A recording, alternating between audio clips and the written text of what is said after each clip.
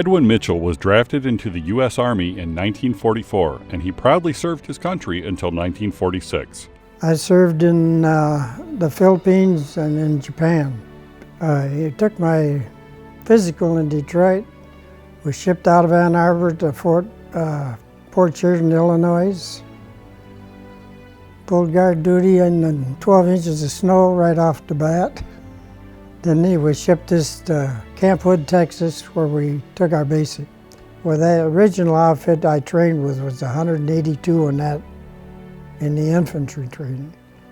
But in the other, whatever it took to run the equipment we had. We traveled by troop ship on SS Extavia. Got sick twice in 33 days, so I guess it was pretty good. Dry eggs and apricots didn't work on me. We just lived in tents down there in the Philippines. It was just a tent city. We went to the Philippines on Leyte. We sat at Leyte until they picked us up for each one of our outfits. I was infantry when I left. When I got to Leyte, the infantry was gone, and I ended up in ordnance. Because of what I was doing at Willow Run, I was parts in warm-up hangar at Willow Run when I left there. So I ended up with a 2.5-ton truck with all the parts. That's my job.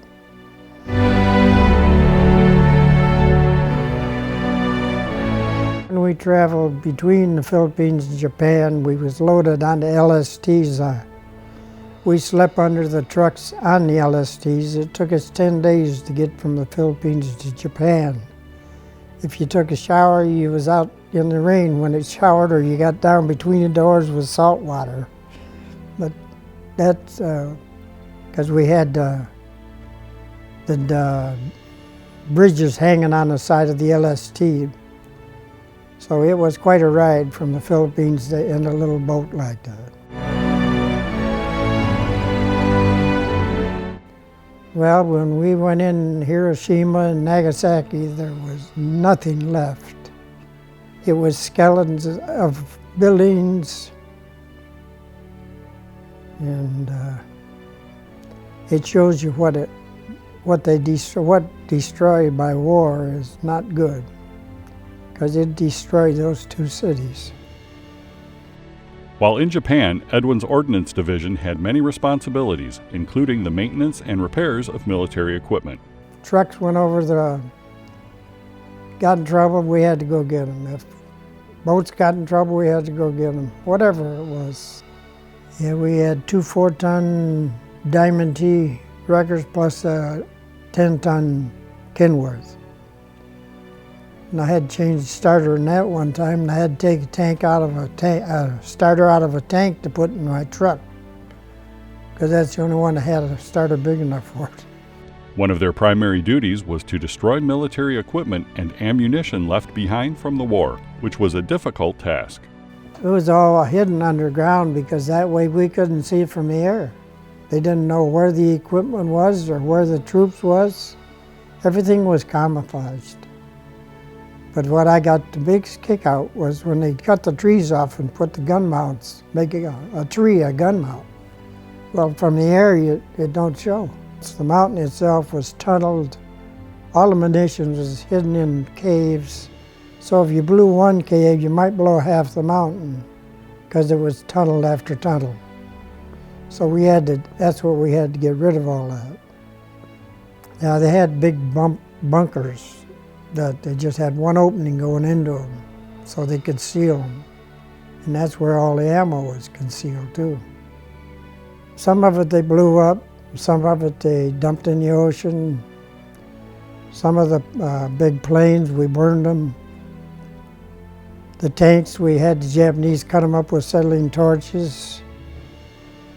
Everything was destroyed. The guns, we put them in piles and burned them. A lot of the samurai swords went that way too.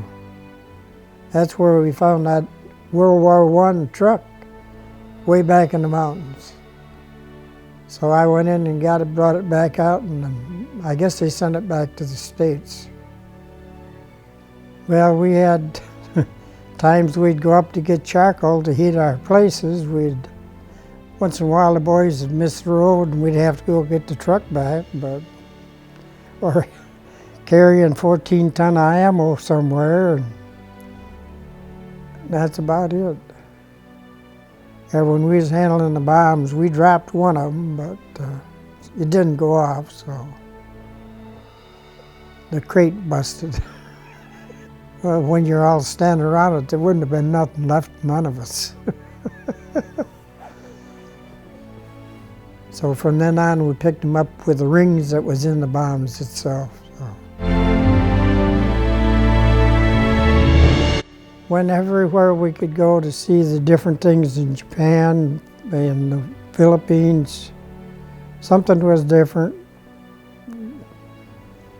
And get around, something to keep you occupied. Yeah, they even had, they had boats that they had confiscated, and we took rides in them out there around the bay to see different things. So. Edwin's experiences while serving in the U.S. Army taught him a lot and showed him a world well beyond his humble home. How to work together, for one thing. You do anything that had to be done, you did it. Well, it let you know what was going on in the world that you didn't know before, because you lived in a little town, that's all you knew. Because I learned a lot there that I didn't know otherwise. I was overseas, I think it says 1 year, 1 month and 15 days. I was in the States 9 months and some days. It's all on your discharge, all the information.